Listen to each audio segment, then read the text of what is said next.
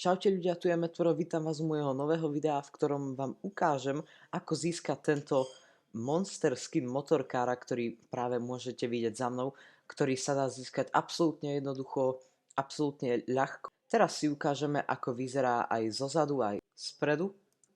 Zozadu má takéto veľké logo monstru.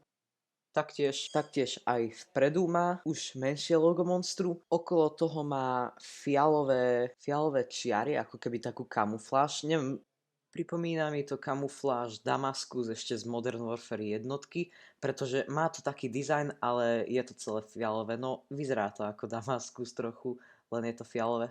Na sebe má takúto zelenú príľbu a samozrejme aj zásobníky majú farby monstru. Všetko, čo musíte urobiť, je ísť na callofduty.com/redeem. Samozrejme prihláste sa do svojho Call of Duty účtu a keď budete prihlásení, vložte tam tento kód. Ak to dáte počas toho, ako hráte, tak vám to ešte ten skin nedá. Ešte s ním nemôžete hrať.